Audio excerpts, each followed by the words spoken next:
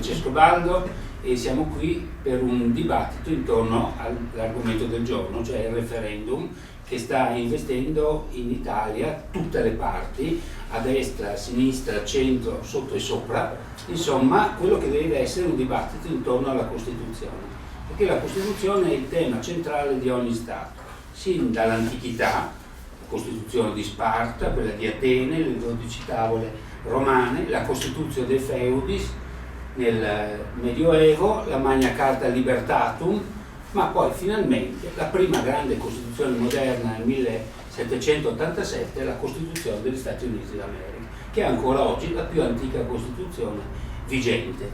L'Italia ha avuto la sua prima Costituzione in realtà nel 1797 a Bologna, è la prima Costituzione veramente italiana, ma in realtà sul modello della francese, della prima Costituzione francese, a cui seguono innumerevoli Costituzioni fino al 1848, ma dei singoli Stati. Nel 1848 avremo la prima grande Costituzione che diverrà poi la Costituzione del Regno d'Italia, lo Statuto Albertino, che dal 1848 rimarrà in vigore fino al 2 giugno 1946.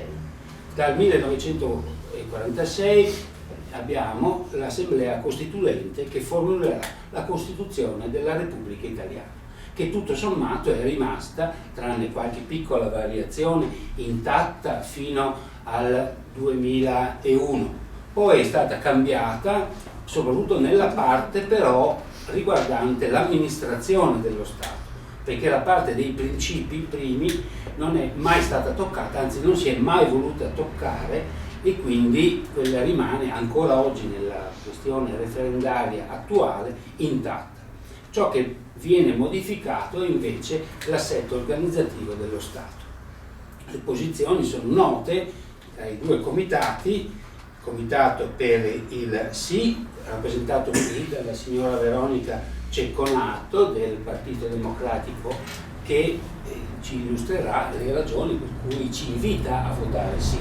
Dall'altra parte abbiamo l'ingegnere Giorgio Rangella del Partito Comunista Italiano, che non è quello fondato da Palmiro Togliatti e nemmeno quello voluto da Gramsci nel 1921, che anzi si chiamava Partito Comunista d'Italia e non Partito Comunista, ma il Partito Comunista risuscitato dopo note vicende, non dopo 3 giorni, mi raccomando, ma risuscitato, dopo 30 anni è risuscitato con il nome di Partito Comunista e rappresenta le ragioni del no. Un dibattito tutto a sinistra, si potrebbe dire, tra i due nostri rappresentanti. Do la precedenza alla signora, perché così usa e costuma per galanteria, ma anche per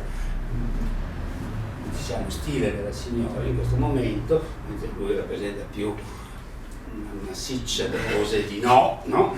Il sì deve essere più accattivante.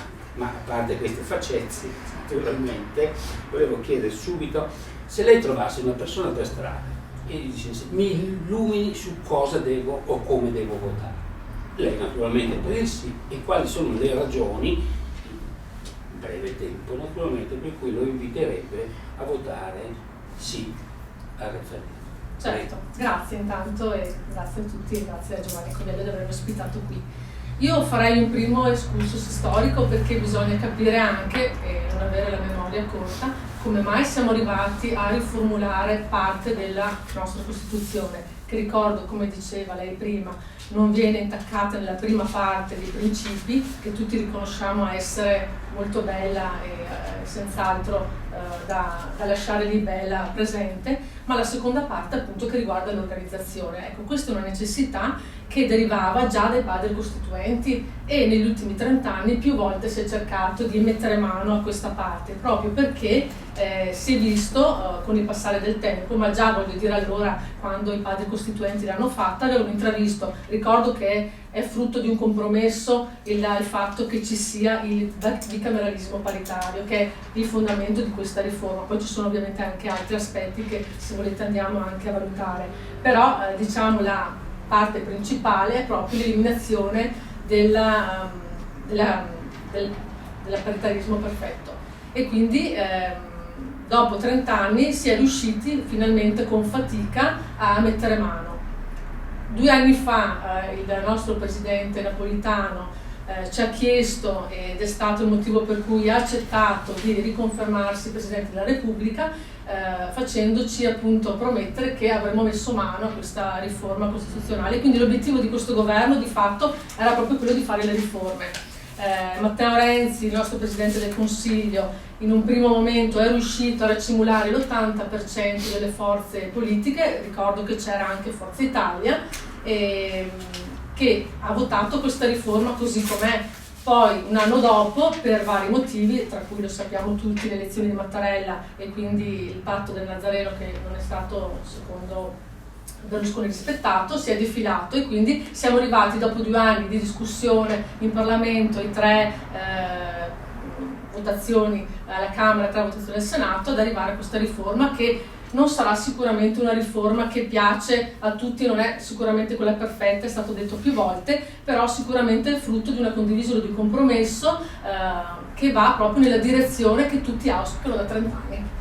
Poi, se vogliamo dirla tutta, da più parti, tra cui anche il Movimento 5 Stelle, si è sempre parlato della necessità di ridurre i costi della politica, e questa riforma va proprio in questa direzione, ridurre i costi della politica, quindi eliminando 215 senatori e rimanendone 100 senza indennità. È chiaro che ci sono delle spese che sono sicuramente spese dirette e inconfutabili, e poi ci sono ovviamente delle spese indirette, quindi che con il tempo possono diventare strutturali e fare risparmiare fino a 500 milioni di euro all'anno a noi cittadini, quindi allo Stato. Bene, questa è l'idea di riforma. Come sappiamo, nella Costituzione italiana solo la forma repubblicana è irreformabile, tutto il resto si può cambiare. La Repubblica non è riformabile come Stato perché è stata voluta dai cittadini, forse ci vorrebbe un altro referendum. Langella adesso invece di fronte sempre al solito uomo della strada, perché in realtà i dibattiti deve farci portare all'uomo cittadino, non tanto a una discussione teorica. Quali sono le prime ragioni che indurrebbe a votare no? Sì, tanto io volevo fare un ringraziamento diverso, che non c'entra niente con la Costituzione, a Vicenza più di essersi interessata da tanti anni della questione della Marlane Marzotto, che è una fabbrica del sud Italia dove sono morte più di 100 persone per tumore, e del quale il processo adesso sta finendo in una maniera, a mio avviso, vergognosa, perché finirà con una prescrizione di tutto e di tutti.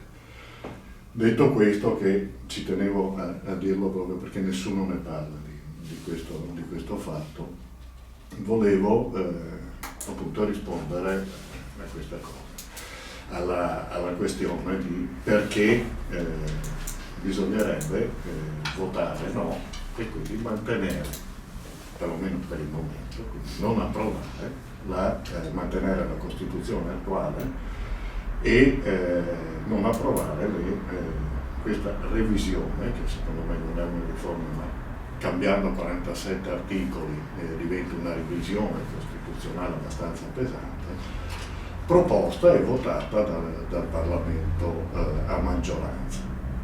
Ecco, secondo me c'è un problema di fondo su questa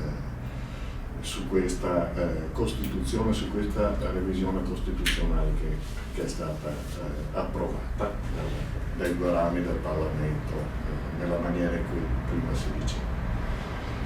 Ed è questa, io ritengo, e noi come partito e come diciamo, votanti no, al prossimo referendum, riteniamo che non ci fosse bisogno prima dell'attuazione della Costituzione, quindi di attuare effettivamente la Costituzione, che esiste sulla carta ma non è stata attuata, e dopo dirò anche su cosa intendo.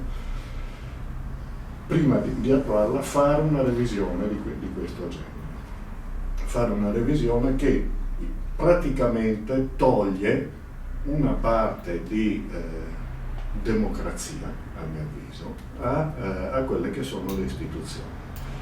Parlo del bicameralismo paritario. sul quale è vero, da tantissimo tempo ci sono idee difformi. Già quando è nata la Costituzione è stato frutto di un compromesso, e mi sembra di ricordare che è stato frutto anche da una volontà della Democrazia Cristiana, soprattutto di avere la doppia Camera, però ha garantito, o perlomeno non ha impedito, che venissero fatte delle riforme epocali nel nostro Paese. Parlo dallo Statuto dei lavoratori, servizio sanitario, al divorzio, ad altre cose, pur esistendo una legge elettorale che deve essere, secondo me, molto trattata con la modifica della Costituzione, proporzionale durante la Prima Repubblica. Allora la questione, secondo me, non è quella di superare il bicameralismo paritario per dare al nostro Stato, alla nostra nazione, una efficienza, diciamo, nel fare le leggi e nel produrre, diciamo, governo delle situazioni, ma risiede in un'altra cosa che si è degradata nel tempo ed è la sparizione dei partiti di massa, o la trasformazione dei partiti in altra cosa, da quello che c'erano, e le proposte politiche che vengono fatte. Quindi c'è una cosa di fondo su questa revisione costituzionale che per me appare molto chiara. Sembra una modifica costituzionale che non abbia respiro, che non ha respiro. Cioè che non è proiettata in avanti per un cambiamento di decenni, per cui per decenni ci terremo questa modifica, perché disegna proprio una struttura salda dello Stato, ma è un qualcosa che sembra molto contingente. Quindi c'è un problema di stabilità del governo, di governabilità, e garantisco questa governabilità non con un piano di un certo tipo, ma prefigurando una Camera dei Deputati con la legge elettorale e un Senato che garantiscano al meglio appunto questa stabilità e questa governabilità, che poi si riduce diciamo a una visione di parte Senz'altro il problema della Costituzione è il problema della governabilità di un paese. Quella precedente, le due precedenti, sia lo Statuto sia la Costituzione, hanno funzionato per molti decenni, sì, e quindi hanno avuto grande valore, grande peso. Io però, per analizzare tutto ci vorrebbero qualche giorno. Vorrei chiedere a ciascuno di voi qual è l'elemento più importante di questa riforma o quale è l'elemento più negativo di questa riforma, perché anche il Presidente Renzi ha detto che non è la più bella Costituzione di questa terra, no? La Costituzione, come si direbbe, la migliore di tutte le possibili. Quindi qual è un pregio della riforma ed eventualmente, se lo ritiene e se lo intravede, un elemento negativo? Questa domanda anche poi la giriamo. Allora vorrei un attimo controbattere a quello che diceva. È vero, vengono revisionati 47 articoli, però molti di questi sono un rimando, c'è una necessaria modifica rispetto a 13-14 articoli che vengono invece cambiati nella sostanza. Più volte è stata modificata la Costituzione in questi ultimi anni, a volte non è stata modificata nel senso di migliorarla. Possiamo fare l'esempio del 2001 con la revisione del titolo quinto, tanto è vero che questa riforma mette mano e cerca di eliminare diciamo quei conflitti di attribuzione che fino adesso hanno intasato e c'è stata una serie di conflitti che hanno intasato appunto la legiferazione. Però io credo che questa riforma vada nel senso di dare più democrazia e più legittimità al Parlamento, e mi spiego perché. È vero che sono state fatte molte riforme, però bisogna a onor del vero dire che queste riforme molto spesso sono state frutto di decreti, di decretazioni d'urgenza fatti dal governo. Con questa riforma invece viene limitato questo strumento perché viene data una data certa, quindi viene legittimato il Parlamento a fare quello per cui è chiamato a fare, quindi legiferare, e in un secondo momento eventualmente il governo può rimandare e mettere dei tempi certi di decretazione. Il Senato ha la possibilità di richiamare le leggi, solo che ha dei tempi certi, quindi non succede più come adesso, dove mediamente una legge ha un iter che può durare 7 mesi, poi vediamo che può durare anche 1 anno, 2 anni, molto spesso rimangono là e non vengono nemmeno discusse. Almeno con questa riforma abbiamo la certezza che le leggi vengono approvate in tempi utili. Ricordiamo che da 30 anni fa, da 40 anni fa, il mondo è cambiato, l'Italia è cambiata e deve stare al passo con i tempi. C'è bisogno molto spesso che le leggi seguano questo passo, quindi e che una celerità e una semplificazione che rende poi anche più stabili i governi. Sui 70 anni abbiamo avuto 63 governi, non è sicuramente indice di stabilità. Questo è il lato più positivo di questa. Poi il lato negativo, se vogliamo, è vero che non sono eletti direttamente i senatori, però diciamo che indirettamente sono eletti perché intanto la riforma, la legge deve essere fatta e sarà fatta successivamente, però nella riforma costituzionale è messo chiaramente che le regioni devono attenersi alle indicazioni degli elettori nel momento in cui vanno a votare i consigli regionali, quindi di fatto è un'elezione di secondo livello. Non è che andiamo a eleggere, è l'elemento più negativo che lei intravede, che sicuramente comunque verrà rivisto, perché il nostro Presidente del Consiglio si è impegnato in maniera scritta e quindi anche pubblicamente di rimettere mano a questa cosa, perché aveva capito che effettivamente poteva essere qualcosa di dire.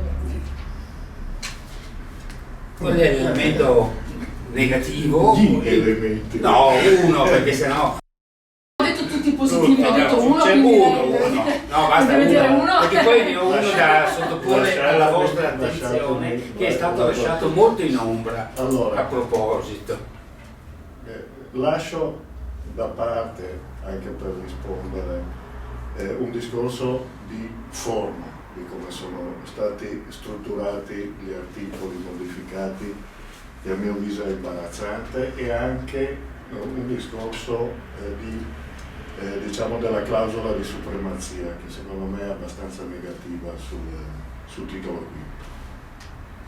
Parliamo del Senato, perché mi sembra che sia grosso modo che su quello c'è molto dibattito.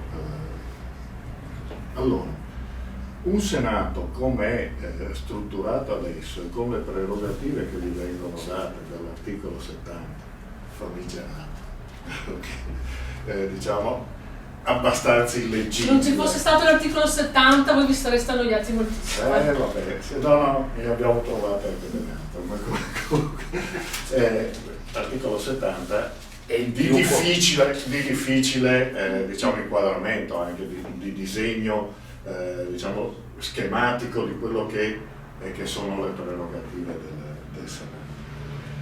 Ma secondo me apre proprio gli articoli 70 e 71, quelli che riguardano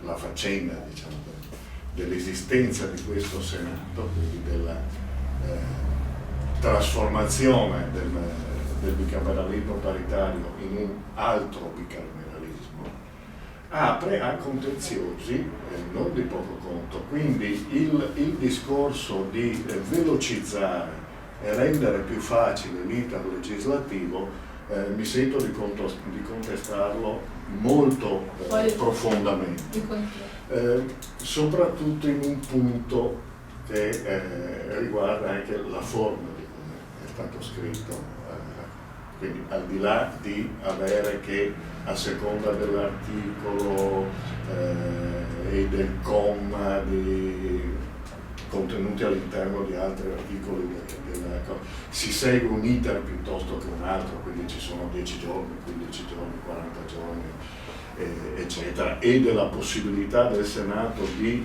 avere e dare parere su tutti i decreti e su tutte le leggi che vengono approvate o che sono in discussione alla Camera. Esiste una cosa che secondo me è sbagliata e abbastanza stravagante, che è quella che in caso di contenzioso il contenzioso viene risolto d'intesa tra i due presidenti di Camera e Senato. Allora, sono due, se mantengono delle idee difformi, non c'è scritto cosa succede nella Costituzione. Probabilmente si andrà in Corte Costituzionale o da qualche parte per decidere se una legge può o meno essere discussa e se deve seguire un iter piuttosto che un altro. Quindi l'elemento più negativo è proprio l'impianto stesso. È l'impianto stesso. Però scusate, è fondamentale anche dire che questo riguarda su 100 leggi il 5%, perché il resto, il 95% delle altre leggi sono di competenza esclusiva della Camera, quindi è molto ridotto, ammesso che ci sono i contenziosi, adesso ci sono comunque. Riguarda per esempio i trattati internazionali, che non è cosa di poco conto, e anche apre un punto di domanda, perché se i senatori part-time, in definitiva, devono interessarsi, approfondire anche in pochi giorni i trattati internazionali, mi chiedo se umanamente o se responsabilmente riusciranno a farlo. Quindi questo è un altro punto. Sì, comunque andiamo adesso all'elemento positivo, se c'è, oppure è tutta questa riforma da bocciare completamente. Non c'è qualcosa. La riduzione dei costi, l'uomo compie l'eliminazione delle province. Non so, su questo bisogna vedere se poi vengono, perché ci sono le città metropolitane, ci sono, bocciarle, diciamo il CLEL, sì, vabbè. Ho trovato un punto d'intesa. Un piccolo punto d'intesa. Io invece volevo sottoporvi un'altra cosa. In Italia esiste una forma strana, che forse esiste solo negli Stati Uniti per i giudici della Corte Suprema, i senatori a vita. Allora si pensava che fossero aboliti. Nella riforma, articolo 59, dice: il Presidente della Repubblica può nominare senatori cittadini che hanno illustrato la patria per altissimi meriti nel campo sociale, scientifico, artistico e letterario. Tali senatori durano in carica 7 anni e non possono nuovamente essere nominati. Quindi questa spesa si ripercuoterà ancora sull'erario, perché ogni Presidente della Repubblica ne nominerà 7. Non è una spesa perché sono senza indennità, primo, non sono più a vita, quindi rimangono per un tempo limitato e potranno scegliere, appunto, e potrà scegliere ovviamente il Presidente della Repubblica. Sinceramente non mi sembra che 5 su 100. Su questo, questo non si può passare. E quell'altra questione invece, diciamo che quello che resta sempre nella nella nebbiosità della legge, vengono nominati dal Presidente e durano 7 anni. Se il Presidente della Repubblica li nomina l'ultimo giorno in cui è in carica, durano comunque 7 anni da quello che è scritto. Sì, ma che necessità c'è ancora di portare avanti, lo chiedo a tutti e due, i senatori a vita? C'è proprio questa necessità di averli. Questi senatori nominati dal Presidente. Allora, mettiamola così, visto che gli altri 95 non hanno molto tempo, sicuramente questi si troveranno a tempo pieno. Sì, ma saranno in grandiosa minoranza, per cui però rappresentando il 5% delle leggi, loro rappresentando il 5% del Senato, mi pare che tutto torni. Sì, vediamo un po' se qualche artista del teatro diventa senatore, in che modo governerà, o qualche, ma quelli magari. Io credo insomma che sfrutteranno questa possibilità. L'avvocato Ellero ha sottolineato invece un altro difetto di questa riforma, che nell'Alto Adige, Trentino Alto Adige, non è concesso per regolamento regionale, io sono originario di quella regione, e non è concesso diventare senatori, mentre nella riforma questa è una bella domanda, me la sono chiesta anche io, spero che la risolveranno, non lo so se. Ma devono risolverla come? Con i presidenti delle 2 province autonome. Tutte le regioni speciali. Tutte le regioni. Quindi anche la Sicilia, eccetera. Allora io mi auguro a questo punto che se passa la riforma anche tutte le regioni sottospeciali vengano tolte e che siano tutte equiparate. Bene, veniamo verso. Rimane, attenzione, le regioni a statuto speciale sono riconosciute nella Costituzione. quindi bisognerebbe fare un'altra revisione costituzionale. Ma abbiamo imparato nel tempo che si possono tranquillamente mettere mano alla Costituzione, soprattutto se non riguarda 47 articoli, ma un articolo, 2 articoli, penso magari che sì. se c'è un'intesa, e ci sarà probabilmente, io credo che c'è una sia il passo cosa, successivo. tra le cose negative di questa revisione c'è una mancanza, non aver tolto dall'articolo 81 il pareggio di bilancio, che secondo me è qualcosa che è passato nel 2012 a stragrande maggioranza, quindi non voglio buttare il dito su nessuno, erano tutti d'accordo. Stiamo arrivando verso un po' la fine, no? Abbiamo iniziato con il cittadino che deve essere convinto, ciascuno di voi per le ragioni che avete detto, che la riforma non va assolutamente bene, invece la riforma va bene, e siamo rimasti al punto di partenza, cioè non è che siamo riusciti a smuovere le acque, però noi non sappiamo quale sarà l'esito del referendum, e se vincesse il sì e se vincesse il no, come si prospettereste voi la situazione, il quadro politico di fronte a questa incertezza? Perché fino a domenica sera saremo nella più completa incertezza, cioè saremo sempre nella posizione del moderatore, cioè del ni, però dopodiché sapremo come si potrebbe. Avete pensato come adesso va di moda, no? La sì, di Obama che sì, tanto il giorno dopo, è vero, sorgerà il sole, e io ormai ho imparato, voglio dire, a sopravvivere a qualsiasi tipo di catastrofe, e ce ne faremo una ragione. Certo mi dispiacerà perché sarà sicuramente un'occasione mancata, e questo era sicuramente un inizio per poter portare il paese più avanti. Se non succederà questo, sarò molto curiosa di vedere tutte le forze che in questi mesi si sono prodigati per il no, mettersi in un tavolo e trovare la riforma perfetta che vada bene a tutti. Sarò molto curiosa, e quindi diciamo che avrò anche un leggero sentimento di rivalsa e di rivincita nel vedere appunto mettersi su un tavolo e vedere in pochi mesi una riforma perfetta che è condivisa, soprattutto, mi raccomando. E se vincesse il sì, e quindi no, tutto il lavoro. Stesso discorso se vince sì o no, diciamo in entrambi i casi ci tengo a dire che come Partito Comunista Italiano, con la nostra sostanziale e drammatica debolezza numerica, continueremo ad andare avanti a lottare perché vengano attuati i principi fondamentali della Costituzione, quindi i diritti che spesso sono stati negati, e principalmente, diciamo, per quanto mi compete, il diritto a un lavoro sicuro, garantito e giustamente retribuito è uno dei fondamenti, ed è per questo che all'inizio ho voluto ricordare anche il caso della Marlane, dove è successo il contrario di quello che doveva essere garantito dalla Costituzione. Quindi che vinca il sì lo lotteremo con più difficoltà, secondo me, perché ci saranno a mio avviso meno possibilità di contare a livello anche istituzionale.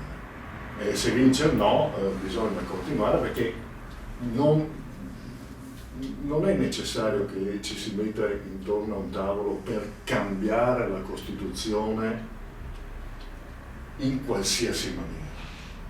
Si deve discutere per cambiare bene, con tutto il tempo necessario, le cose che impediscono l'attuazione della prima parte della Costituzione. Però mi consente, però il bene suo non è il bene di 5 Stelle, non corrisponde al bene di Berlusconi, non corrisponde al bene della Lega. Quindi bisogna essere anche pragmatici a un certo punto, certo. No? Io l'ho detto anche prima, figuriamoci se io non auspico quello che lei diceva prima, no? Ci mancherebbe altro, però bisogna anche essere realistici, sì, e cercare di portare a casa. Subito dopo la guerra l'hanno fatto. Ecco, allora forse la conclusione di questo piccolo dibattito, di questo piccolo incontro, lo possiamo trovare nella Costituzione stessa. sia che vinca il sì sia che vinca il no, tutti i cittadini, recita l'articolo 54, hanno il dovere di essere fedeli alla Repubblica e di osservarne la Costituzione, qualsiasi si sarà, e le sue leggi. Quindi questo credo che sia l'unità del Paese sulla quale costruire anche con le differenze. Mentre noi molto spesso, e non vorrei dire che la sinistra in questo è maestra, no? Anteponiamo le questioni ideologiche al bene civile, mentre è il bene civile che ci fa muovere alla costruzione delle leggi. Ecco, forse una lezione possiamo imparare da questo referendum, che secondo me, visto che è l'ultima parola, no, secondo me è quello di essere un corpo unito pur nella differenziazione, la massima unità possibile, diceva un grande filosofo, Antonio Rosmini, nella differenza, ma tenendo presente l'unità del Paese, dell'Italia, che altrimenti andiamo a sfascio sia col sì sia col no, se non abbiamo in mente questo valore che ci lega. Grazie della vostra presenza e anche del dibattito che mi pare sia stato abbastanza chiaro e proficuo. Grazie a voi.